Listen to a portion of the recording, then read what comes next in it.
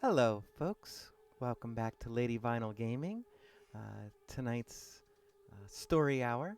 I do apologize. I got out late from work and just barely made it home in time to start the stream, so I did have to edit some of the stream info.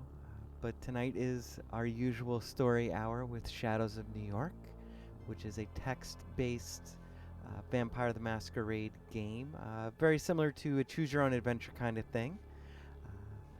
Hello to both Snorlax. Yep, I saw that. That's what I was fixing it as you're hanking at me. Hello to Sapphire Stare as well. Thank you both for joining me this evening.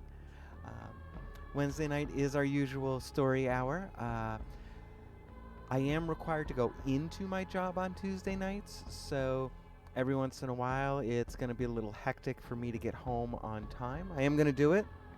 We are still going to have story hour, but it may start with the stream telling you that there's a different game. It will always be story hour on Tuesday nights.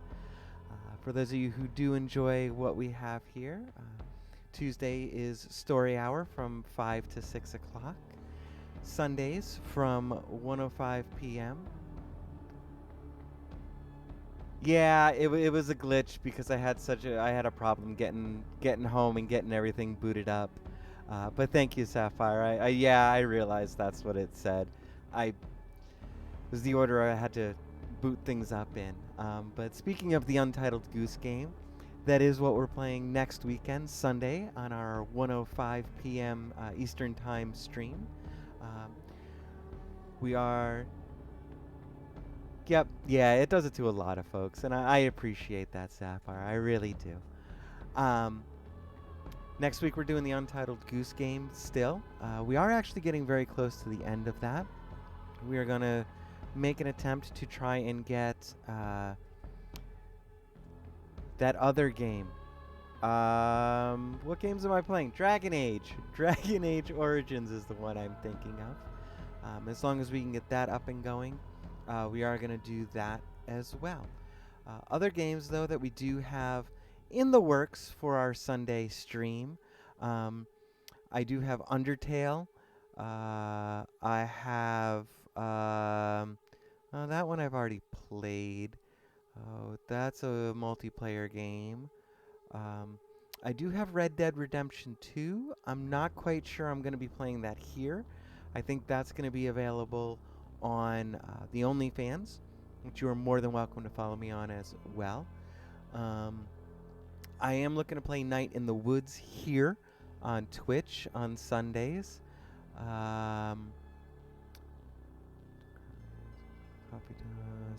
Among Us. And I may also be... Yeah, well, honestly, Sapphire Stare, you're the reason I have it. So I appreciate you recommending it for me. It will be something, though, that will... basically, I think Undertale, or Night in the Woods is... going to be the next one if Dragon Age doesn't work. If I can get Dragon Age to work, though, we're going through that whole series. But yeah. Aww. Yep, well, funny enough, Sapphire Stare, that you say Undertale is one of your favorites, because that I also have from your recommendation as well. Yes, I know about how you feel about what's his name? Alistair. Yeah.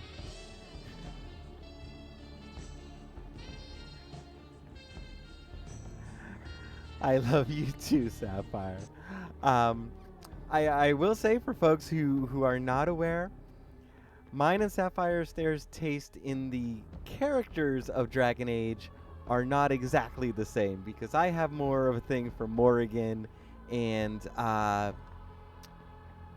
the woman that ends up running the city guard in Dragon Age 2. I think it's 2. Yeah, in Dragon Age 2. Those two are the ones for me. Just different tastes. That's all. But yeah, that's what we have going ahead.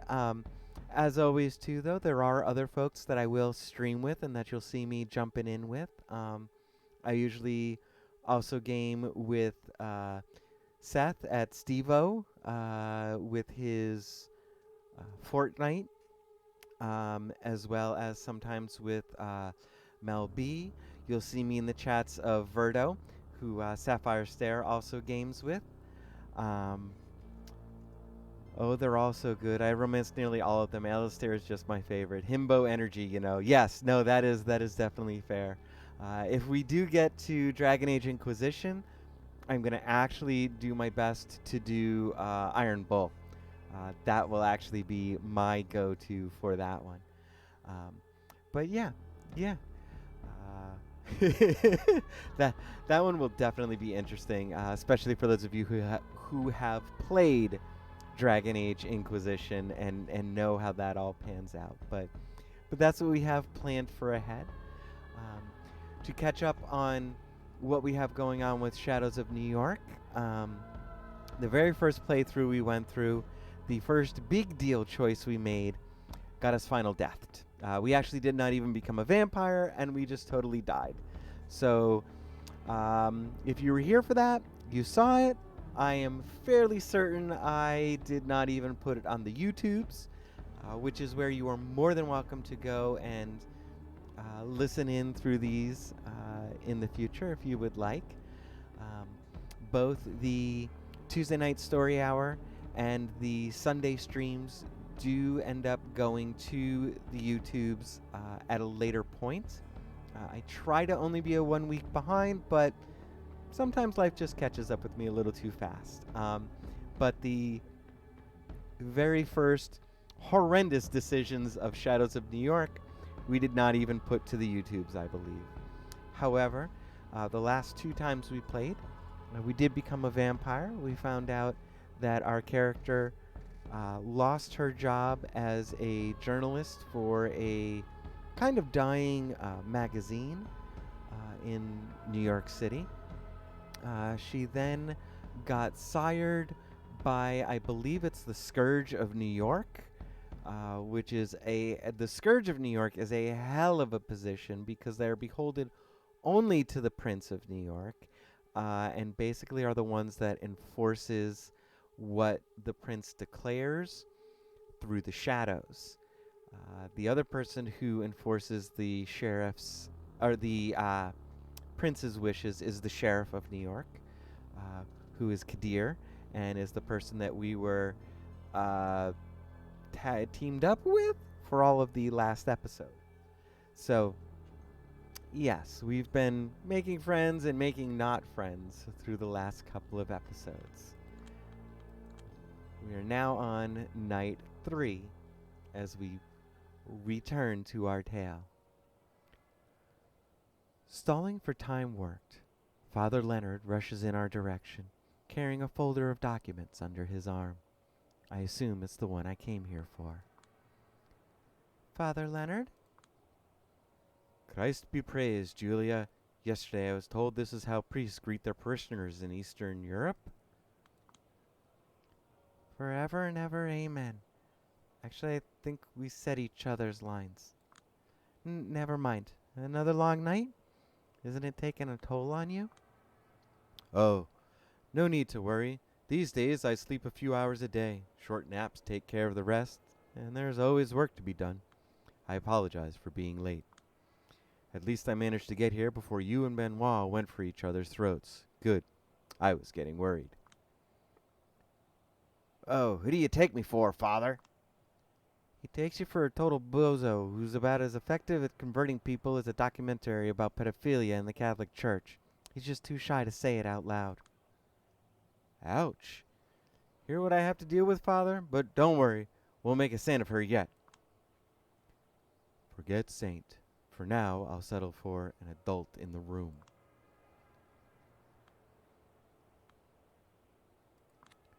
Passive-aggressive much? Excuse me? Asking for an adult in the room is not solving a problem. It's abdicating responsibility. Julia, you know exactly what I mean, so please don't get smart with me. Don't sound like my mother, maybe? An adult in the room, Julia. All I'm asking for. Here.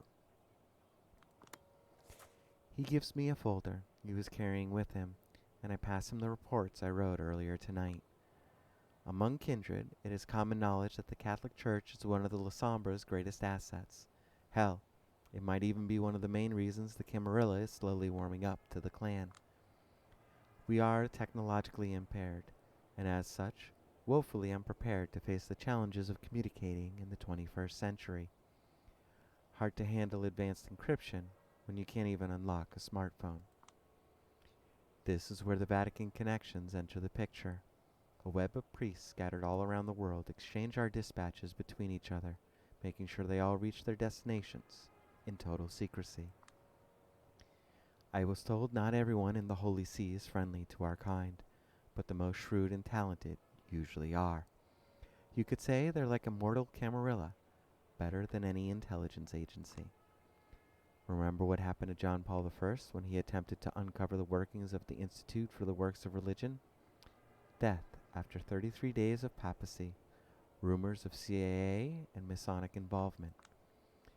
Not that Father Leonard has anything to do with any of this. For a Catholic priest, he's all right. He'd probably have me stay a believer a few years longer than I did, had I known him as a teenager. Leonard is intelligent, kind, helpful towards his parishioners, treats his superiors with a healthy dose of skepticism, and is not involved in any sort of political church games. Well, at least not beyond helping me contact my bosses in Chicago every other night or so. He knows about the kindred, and he knows about the Second Inquisition. He opted to avoid the latter in order to keep the former from oppression, because according to him, it's the right thing to do. However, there's got to be something wrong with him. Some selfish motivation, maybe. I haven't nailed it down yet, but it doesn't feel like he's making an effort to hide it, so I'm giving him a pass. By the way, I hope you don't mind. I finally took the liberty of asking how your parents are doing. Thank you, Father, but you shouldn't have. Not a problem. A priest at St. Stanislaus Kaska is a very good friend. He says your parents started showing up every Sunday again. Front rows. Your father's looking better and better. It makes me feel nothing, but I still give him a token nod and a grateful smile. Thank you, Father Leonard. Now, if you'll excuse me, the sunrise is almost here. Yes, be careful, and God bless you. Amen. Goodbye, Julia. Let you off the hook this time, but next time you won't be so lucky, all right? Sure. Just one more thing on my never-ending list of events I'm not looking forward to. Guess it's time to call it a night. I'm home. Finally. You doing all right? Fine, I guess. Why aren't you asleep? I figured it's finally time for me to become more of a night owl. We've talked about making our schedules sync better. Watch your vitamin D. I'd kill to have your skin. Would be a shame to waste it. And yes, Sapphires, there, you're right. The art is actually very well done. I honestly, I can see the upgrade in it just from Coteries of New York to Shadows of New York. Shouldn't have smoked so much before you got bitten, sweetheart. Should have shared your skincare routine with me back when I was still breathing. I can't just be going around sharing my once secret weapon. It's top secret stuff, MK Ultra levels, Jeffrey Epstein's current whereabouts level, which is no longer a secret anymore as he is in the grave, unfortunately. Well, not unfortunately, but before he saw true justice. I'd have to kill you if I told you. Okay, then. Love you too, hon. Come on. What's with the attitude? Nothing. I just thought, we're beyond hiding secrets from each other. I guess I was wrong, but okay. I get it. I really do. Time out. You're not really mad, are you? Nah, it's just my inner asshole teasing you. Never mind. I feel a little more self-conscious than usual tonight. Don't. You want me to do your makeup before you go to sleep? No need. No need? Weren't you supposed to have some sort of big party tomorrow night? I was involved in the backstage stuff. What makes you think I was invited? Because you're the coolest, cutest, and most all-around amazing person I know. They'd be insane not to put you on the short list. Believe it or not, but most vampires are pretty insane. Interdimensional psychic vampire level insane? Because that's how crazy they'd have to be to ignore you like this. Yeah, I would say so. Fuck them then, big bunch of posh dicks. They hate you 'cause they ain't you, but they'll see. Jesus. How do you do it? Do what? You always assault me with so much weird, stupid positivity that I can't react to it without completely shifting my mental attitude. How do you do it? Oh, the answer is easy. You remember how I told you we have this spiritual connection? I can sense what you feel and want, and you can sense what I feel too if you really focus. Yeah, I think you call it a big load of bullshit. Said a girl who talks to ghosts. But watch this, Agent Scully. I sense you feeling down, and I realize what you really need to end this night. She points to one of her drawers. It's the one where she keeps her supply of... ketamine? Come on. What? No, wrong drawer. We're not meeting demons. We're meeting angels. MDMA? Ding, ding, ding. Took it half an hour ago. Perfect timing, thanks to our spiritual connection. Ready to fly away? The mood isn't right. I'd need music. Got a special SoundCloud playlist ready to go, prepared specifically to uplift one Julia Sawinski. Just give me a second and I'll press play. Jesus, you're impossible. That's why you love me, I hope. I give up. Come here. Let me have a taste of you. Maybe this one time, the high won't end.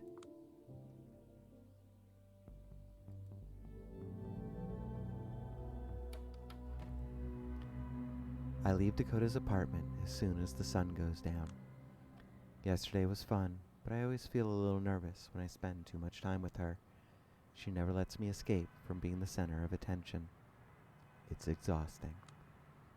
At least the time I spend with her, the happier she is to see me again. It's a tricky act to balance, though. I am grateful for her presence in my life, but never mind. What's on my list of chores tonight? Ah, yes, only one thing. Don't show up for the party at the art hole.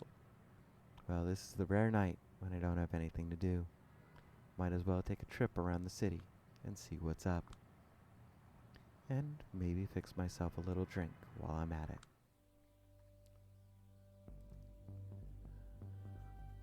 Breaking the habit. I need to break out of this mood, go somewhere I never visit, see something I tend to avoid. Think, Julia, what is the least you place to go and live a little? Or a walk in the park. In life, I wasn't especially fond of parks. Now, as one of the kindred, I can finally see the appeal. Past midnight, they become a surprisingly good hunting ground. This is a good choice between the two.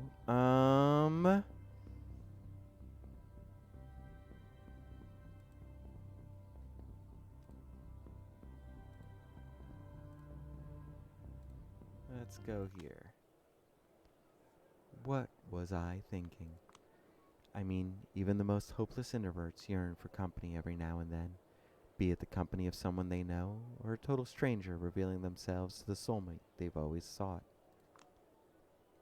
Even for someone as neurotic as me, there's something enthralling in the idea of briefly trading your individualism for a place in the crowd. You can just wander around and stare like a peeping Tom hidden in plain sight. If there's anything missing from the shell of my previous social life, it's that intangible sensation, being a part of a living mass. But really, Coney Island, of all places? What was I thinking? Surely it's my id finally revealing what I've been missing all along. All my sick soul really wanted was to nibble on a Williams caramel apple while taking an overpriced Wonder Wheel ride. Well, I'm here. Might as well try at least one of those tourist traps. let's do the wonder wheel. The slow turning of the giant wheel always seemed quite hypnotic from far away. Curiosity gets the better of me, and I get in line. After I leave the ride, I can safely say it wasn't worth the wait. It failed to calm down all the thoughts running through my head. If anything, it helped them thrive. Not that I was expecting anything else, but still, I'm not sure what I was hoping for. Amidst the clouds of cigarette smoke, I notice an old woman perched silently by the wall. She looks like one giant rickle, but her gaze is lively and pierces right through me. I pull the crumpled package out of my backpack, my last smoke. As I raise the lighter, some pompous dick preoccupied with his visibly bored girlfriend shoves the cigarette out of my hand. Somehow, it's his half-assed apology that pisses me off the most. The urge to drink him dry is strong, but I let it pass. I look beneath my feet. I can hear the old crone cackling as my cigarette sinks into the only puddle in the vicinity. Fuck! I turn toward the exit and notice some brawny dude closing in on me. The way he's dressed, he has the same uncanny aura as Steve Buscemi walking through a high school corridor in a skater outfit. Except that Steve Buscemi is 1,000 times cooler than this guy. He gets right in my face and hands me a cigarette, pulling up on a rather annoying smirk. Having a bad night, sweetheart?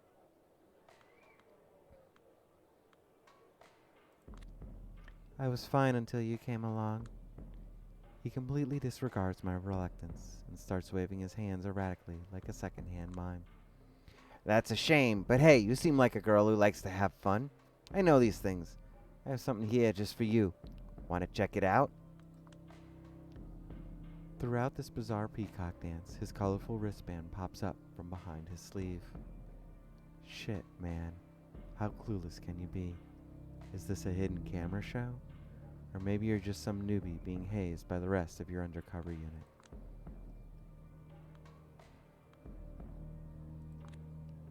I walk away, but he's persistent as a toothache. Oh, you can't handle my obvious charm. I see how it is. Don't worry, chica. Hey, where are you going? Well, I can be persistent too. I keep walking. Come on, you came here looking for amusement, didn't you? I got just the thing for you. I raise my middle finger without even looking back. Hey, don't be like that. I seem to have struck a nerve, and he doesn't know how to handle it. Come on, big guy. Just give me a reason. Well, fuck you too, bitch. Now that's just rude and begs for a reaction.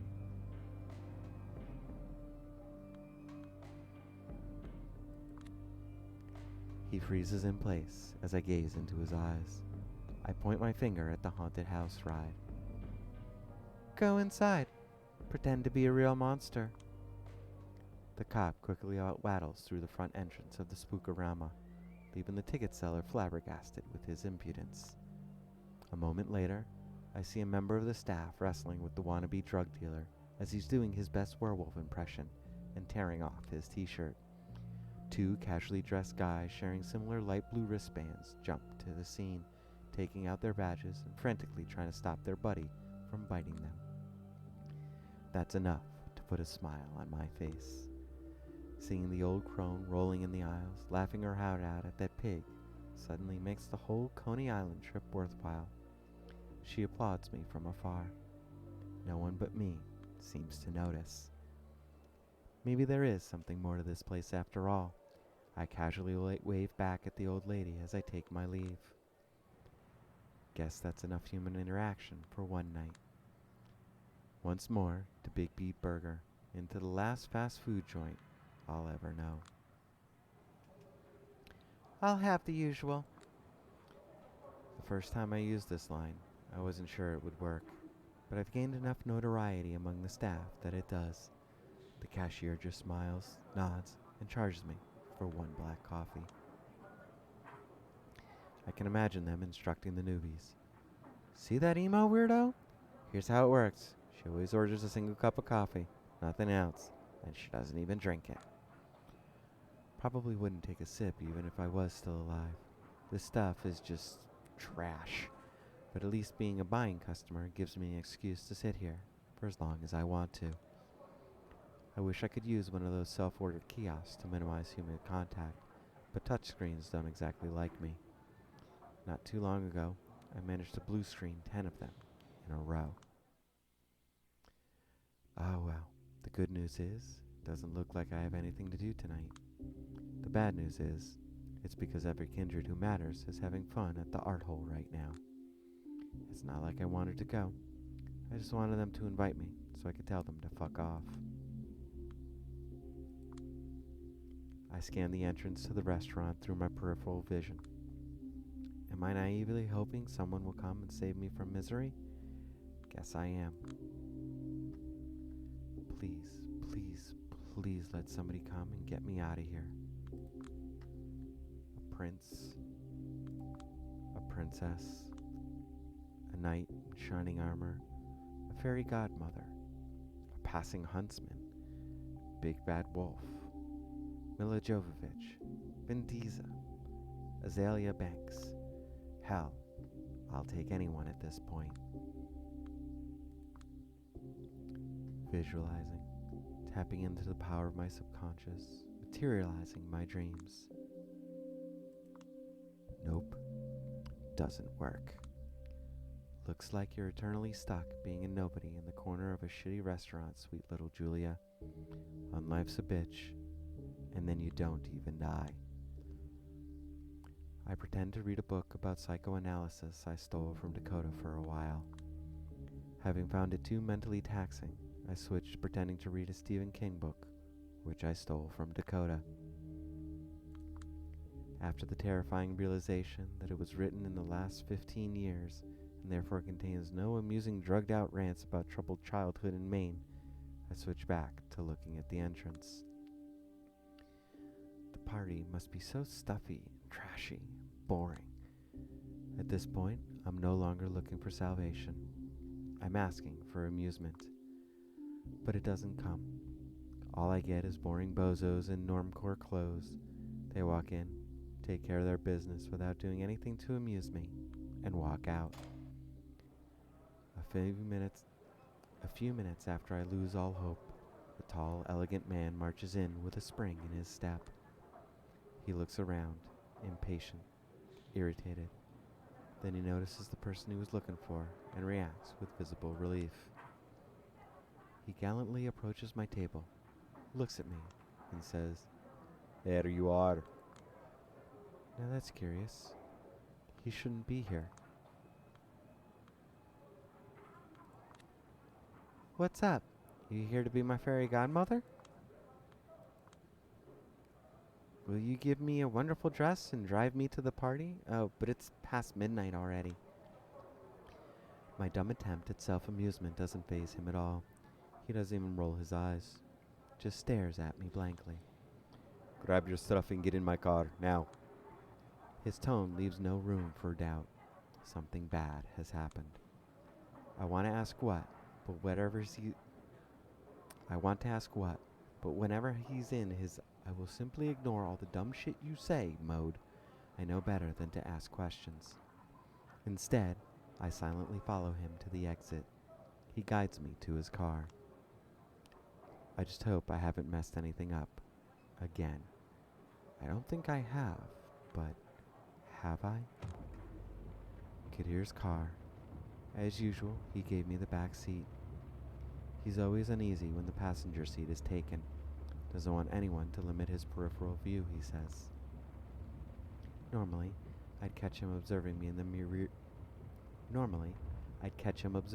rearview mirror, but this time, he's watching the streets, more tense than usual. Something must have caught him off guard. I've got my seatbelt on and my popcorn ready. What's up? The awkward silence feels like it will last forever. Eventually, he finds the right words and speaks up. 6 weeks ago, the prince told me to parley with the anarchs in the docks, remember? Yeah, and you made me tag along so that I could learn something about politics. As it turned out, politics meant something awfully similar to watching my drunken family shout at each other at a wedding party. There was this man who didn't need to shout to make my blood boil. The meanest one in the room. The leader, white hair, a monocle, musty clothes, with his fucking Pollock cunt.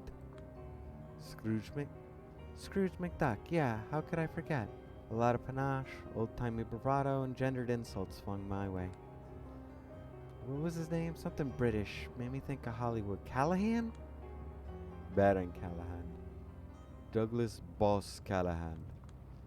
Right, it's 2020, but the man's opinion and ideas was stuck in 1920. Weren't the anarchs supposed to be the progressive option? I never understood why they put up with him. He has his ways of predicting which way the wind will blow. Anytime Camarilla or the SI hit the anarchs, it was the factions opposed to him that were hurt. The luckiest bastards in the world. Thought you didn't believe in luck. I don't, but it sure looks like his luck has finally run out tonight. Huh? Wait, don't tell me. The anarchs got rid of him? An evil grin. Maybe, maybe not. I don't know the specifics, but I do know he's gone. Wow. Gone as in he's dead? Deader than dead? I'm 99% sure the bastard met his final death. How do you know? We've got trustworthy sources in the Anarch's inner circle.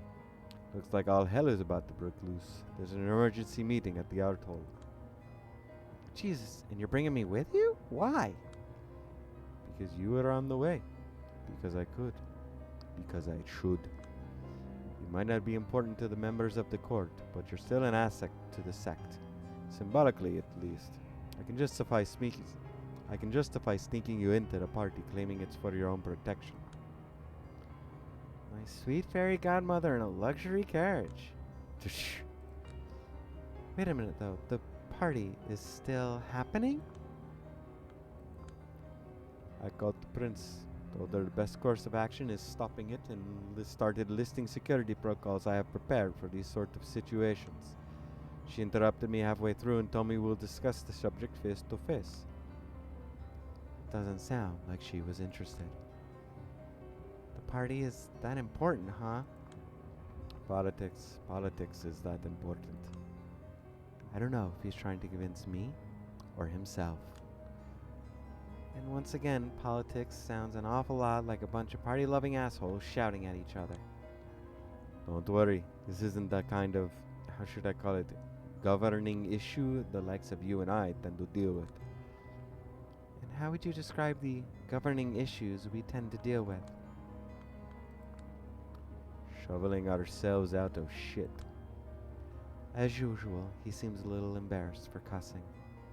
Or for being honest. Either way, it's cute. No argument here. And that's where the conversation ends. We stay silent as the car rides more off. And that's where the conversation ends. We stay silent as the car rides off towards the unknown. I'm not a New York City Baron, the Baron of New York City, if you please. Once more, a memory of an old douchebag who thought he could rule the world crosses my mind. Well, it looks like the world has left him behind. Sayonara, asshole. And here I am, at the only place I didn't expect to visit tonight, the art hall. Guessing by the sounds, the inside seems lively. Even if they know it's an emergency, they simply don't care. What are you standing around for? You still need an invitation? No idea. Do I? I think the bouncer will let you in. There's a bouncer? Yes, and he's standing right in front of you. Just start walking, whelp. And here I am, among partying elites. It's as stuffy and boring as I expected. But hey, at least it's exclusive. The title Panhard comes up in these yearly gatherings is called Celebrations of Power, an invitation to re-examine the relationship between our edited bodies and the spaces they inhabit. The week-long event is packaged as a sort of performance art piece meant to make the kindred who are involved celebrate their potential instead of despairing at their monstrous nature. We need to counter-program the omnipresent images of tragic vampirism with images that remind us we have inherited the earth and are now free to remake it in our image, is the way the prince puts it. To this end, she organizes a series of exhibits, concerts, fireworks, parties, business meetings, etc., etc. Of course, the parties and business meetings are the most important. My prince. Kadir, finally.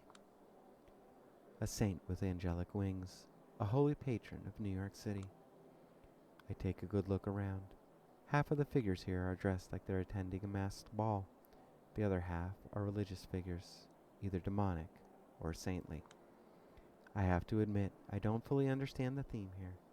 I know Panhard based it on psychomagic, a sort of shamanic psychotherapy using the power of art. Simply put, it's a holy mass and unholy mass in equal parts, a set of rituals meant to make the participants wholeheartedly accept they're both the worst and the best this earth has to offer. Put on this mask, at the very least, you're standing out. Here. I heard the aesthetic basis for these parties is the black mask in the film of Eyes Wide Shut. Some think this decision means Panhardt's is tone deaf, but it's quite the contrary. She knows the anarchs are constantly looking for ways to undermine her through art and rhetoric that point out glaring contradictions in her theatrically benevolent rule. But instead of denying and suppressing aesthetics designed to criticize the elites, she embraces them. Instead of risking a Streisand effect, she effectively defangs the opposition. The resistance becomes a part of the system, and both the Camarilla and the anarchs get the same message. Don't think of it as a pathology. Think of it as the new normal. I'll collect the key advisors. They've already been told to come here. I don't think there's a need for us to hold the meeting in a particularly secluded place. We'll just do it over there. Are you certain? Absolutely. Wait, is that Miss Swanlinski behind you? Good evening? I collected her on my way here because of her role as a La Sombra representative. Just say political hostage. You people have made it perfectly clear what's going to happen with my parents back in Chicago if I go against you. I realized she might become a target and decided to hide her at the art hole. Putting all my eggs in one basket will make my job easier. I will look for a safe place for her to spend the night. Let her stay with you for now, Alice Mia. Time is of the essence. I didn't notice him sneak up on us. Nice get-up. Are you absolutely sure? But of course, everything we say here is going to become an open secret in a matter of minutes. Prince Panhard has already come up with the appropriate messaging. Out of the corner of my eye, I spot an elderly vampire guiding a young, fashionable human girl toward the basement, led like a lamb to the slaughter. Best not to think too deeply about what's going on underneath this place. Before everyone gets here, I'd like to secure the perimeter. Easy now, Alice me. All of the appropriate security protocols for you are already active. Me and the prince have already pulled some strings as well. The situation is mostly under control. Mostly under control? Never let anyone sleep any easier. Alas, May, I know that as Prince's sword you're aching for blood, but you have to accept that, like most weapons known to man, you're most effective hidden in the sheath. Listen here now. Looks like a fascinating philosophical discussion in the making, but sadly I'm forced to interrupt. Prince Panhard? All of a sudden, Samira appears between the two men, her calm and collected voice completely changing the atmosphere, as expected for a self-professed protector of the peace. Samira, I hope you're enjoying yourself. To be quite honest, I feel out of place. She nods and smiles at me, probably to signal she takes solace in not being the only person in the room who feels like a fish out of water. Especially now, seeing as I heard this meeting is meant for those of greater stature than mine. Nonsense. We have a delicate matter to discuss, one that might require severe judgment down the road. I think you understand why I wish for a child of Hakim to be involved? Of course. What is with that expression on your face, Kadir? He quickly collects himself. Look who's joining us. The High Regent of the Chantry. The High Regent of the Chantry of the Five Boroughs.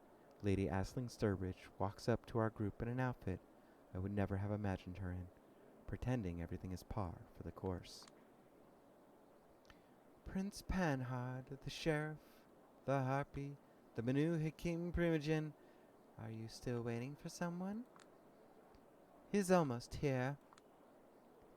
Shining even more brightly than usual, Aisling. I adore your outfit, Samira. Wish the prince allowed the same amount of effort for me. I, for one, am glad she didn't. I particularly love those horns. Thank you for reminding me. I put them on at the prince's behest, but I believe she's had more than enough fun. Not yet. Ah, well, this will do for now, but you're not off the hook yet. I paid a costly price to see you like this. Both Kadir and the prince's voices are strained whenever they attempt humor. Their minds are obviously elsewhere, and it's not a happy place. Arturo, on the other hand, seems calm. We all celebrate our power in different ways, I suppose. Now, what is this about? Just a moment. Over here, Edison. The Camarilla's infamous spokesman approaches, pushed towards us in a wheelchair by his servant. Helen, everyone, I certainly hope this is something important. What a commanding tone. Seeing his pain can't communicate normally, his servant relays his words to us instead, and he's posh and snobby enough to make me believe I'm listening to his master's voice. Carter won't be joining us. He gave me fair warning. He might not make it tonight. I've messaged him the details. I'll have to find time to meet him later then. Finding time, searching for lost time. I swear it's all I do nowadays, and there's never enough. I guess now you understand why I insisted that this event must last all week. So many esteemed guests, many of them from out of town, each deserving at least a few hours. The figure in the wheelchair waves his hand impatiently. Yes, let's cut to the chase now, shall we? That might be the wisest course of action, my prince. Arturo? My prince, everyone, let me begin by steering these important points. The situation is largely under control. The negotiations are underway, and the situation is more tense than dangerous. We are safe. Let me repeat, we are safe. And with that out of the way, here's the big news. Baron Callahan, de facto leader of the Anarchs in New York City, met his final death in his office tonight. How did you find out? We have good friends near his office. Their intel is as accurate as it gets. We've also established a negotiation channel with the Anarchs. They gave us all the confirmation we needed. Was our court involved in his destruction? I look at her in disbelief. So does everyone else. Not that the same thought hasn't passed through my head, but to simply exclaim it like that. Oh, spare me the virtue signaling. I thought we were being transparent here. I don't give a damn if we took care of Callahan or not. I just want to have a clear idea of what I'm dealing with. Yes, a clear answer. I need that too. To my knowledge, none of us present here ordered his destruction, nor did we participate in it. Unless someone wants to confess, it's now or never. Of course, nobody speaks up. Arturo pretends to clear his throat. That's our official position as well. The Camarilla's ruling body has nothing to do with it, and for all intents and purposes, his anarch contenders had more interest in removing him than we did. That interest is sure to manifest in one way now. His former enemies will prop him up as a martyr for the cause. Excuse me. Yes, which is why we sadly can't just leave the Anarchs to their own devices. As much as we'd like to avoid the recognizing their sect in any way, we've offered to assist them in an official investigation. Addison Payne's wrinkled face contorts slightly. Let me ask you one question. You do realize those curs have no respect for our traditions, yes? We do, Addison, but as a veteran politician, you should be deeply familiar with the words controlled opposition. Yes, for now, it's impossible to fully contain the anarch threat in New York. For now, our only option is to prop up a candidate who will offer the least resistance to our future plans for the city. We extend our hand to the most promising contender, giving him a way to present himself as a diplomat, a man of reasonable compromise. The rebels fall in line, the purists grow angry and alienated. We've already contacted the best person in their sect. He will oversee the investigation, and it's in his best interest to show he's able to resolve the situation calmly. Is that good enough? Addison ponders the question for a while, then waves his hand again. It is. Proceed. Funny thing, nobody's paying any attention to me right now. Keep in mind, Mr. Payne, our man's people will still barely tolerate us. If the situation is volatile, the other factions within that sorry excuse for a sect might still try to escalate the conflict.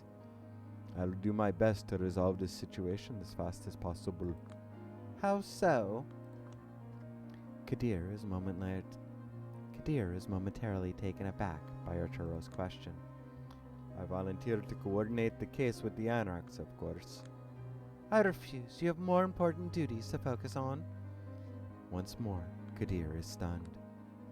All due respect, Prince, but if you don't consider me capable of tackling this issue and attending to my usual duties at this time, I think you gravely underestimate me. Your penchant for working yourself to the bone is well known and appreciated by everyone in this room, Sheriff. But so is your perfectionism. If we do grant your wish and let you investigate while still fulfilling your routine obligations, can you guarantee you're going to give both these tasks your best? I can guarantee something very close to my best. Close to your best doesn't cut it, as alas may. Not when the vultures are out in force. Callahan's destruction is sure to cause unrest among the anarchs, and there's an obvious outlet for their pent-up rage. I want to make it perfectly clear, the celebrations will continue as planned no matter what. This is why your presence here is absolutely necessary, Sheriff. We rely on your constant protection. Of course, my prince, we must be on constant vigil for a few days. Alice May's word must be constantly pointed at the enemies surrounding us. Alice May's sword must be constantly pointed at the enemies surrounding us. The timing of the Baron's destruction is impeccable. The Anarch leaders are sure to point at us and claim we're shamelessly celebrating his end. Does anybody believe it's just a coincidence? Murders are messy. Almost as messy as politics. It's impossible to reliably predict the outcome of any volatile action. It's impossible to reliably predict the outcome of any violent action. I think it's wise for us to brace for a lot of unfortunate coincidences, Allison. In any case, the rebel can't get the impression that their power struggles are of great concern for us, but they also can't think we have something to hide, which brings me to my point. We do need a symbolic gesture, one displaying expertly measured intensity. My best bet is a humble diplomatic envoy, a low-level official acting as an investigator of sorts. I implore you, Prince. Kadir? He bites his tongue and struggles to collect himself. I rarely see him lose his temper, at least where the Camarilla is involved. What's going on? I wonder about your suggestion for this role. After all, it's not particularly prestigious, but carries a lot of responsibility. We're still talking about a Camarilla representative. Oh, I think there's a very obvious candidate. Both he and Kadir look at me simultaneously. Everyone else in the room does too. Now, wait a second. He can't possibly mean. Miss Julia, once again, your full name eludes me at the moment. Am I allowed to speak, or maybe I should wait for permission? Before I make up my mind, the sheriff sighs deeply and speaks up. Sawinski. Miss Julia Sawinski, right. I understand you used to be an investigative journalist before your embrace.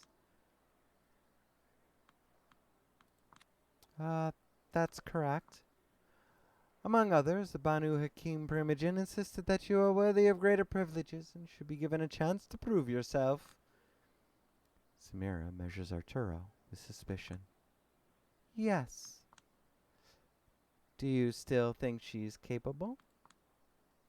She looks me deep in the eye.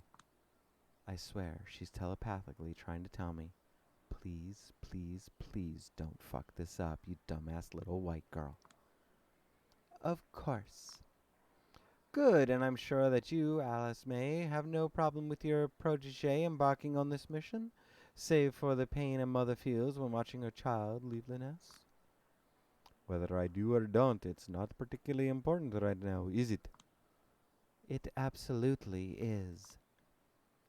Panhard's backing of Arturo momently blindsides him. Prince Panhard, If Arturo's plan is reckless, I want you to tell me. I need a simple yes or no answer. Is the girl capable? Now he knows he's left with no choice. I wouldn't entrust her with all the responsibilities that I had if she wasn't.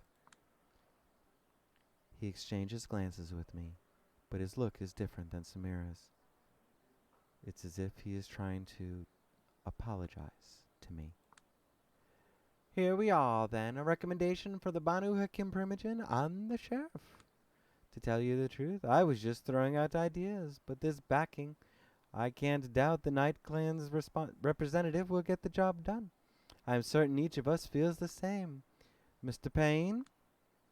The atmosphere in the room mostly suggests people are glad that they don't have to discuss the topic further.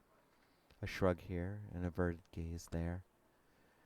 It is as you say. I will watch the way she handles this situation with great interest. Well then, Miss Walensky, looks like you've got your chance for a big break.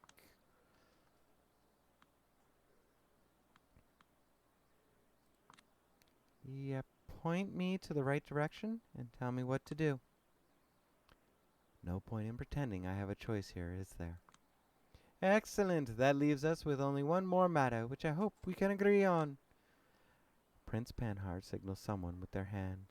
The figure emerges from behind the corner. Good evening. Catherine, what a great surprise. Nobody informed us you were in town. Addison looking healthier than ever. And what does Weiss have to do with it? We need an impartial observer who everyone respects. As it happens, Catherine always knew how to make friends on both sides without angering either. I beg to differ.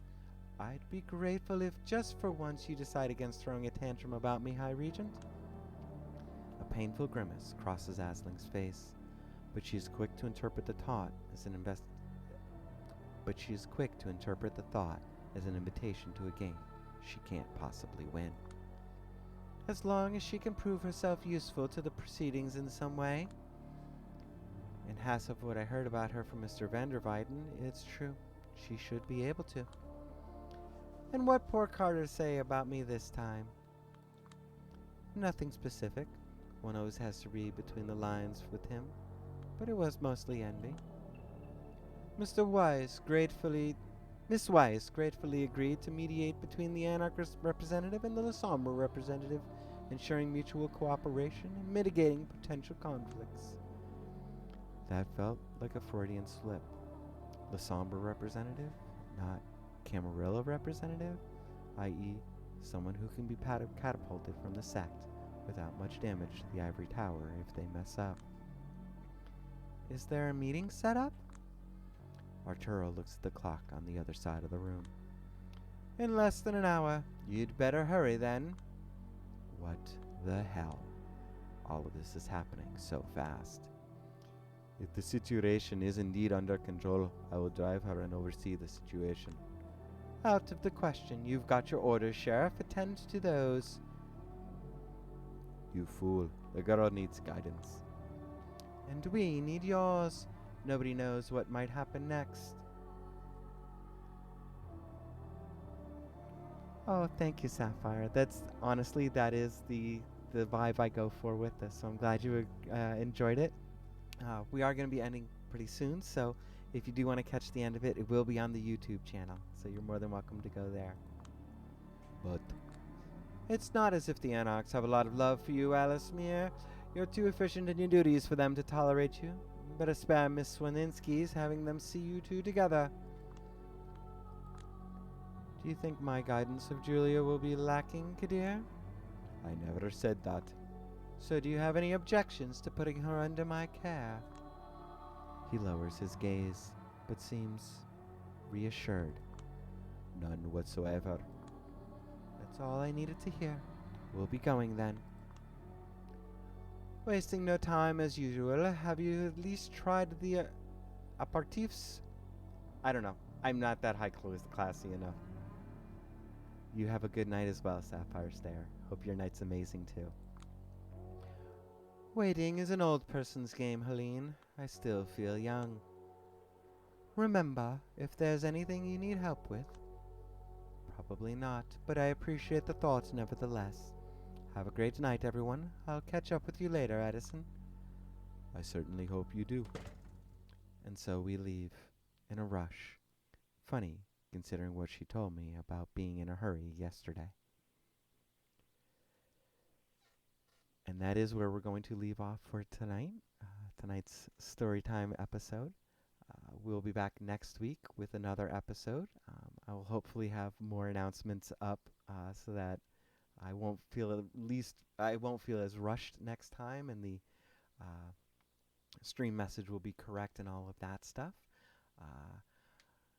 As I was saying at the beginning, there's the full live stream of the Untitled Goose Game this coming Sunday at 1:05 p.m. Eastern Time.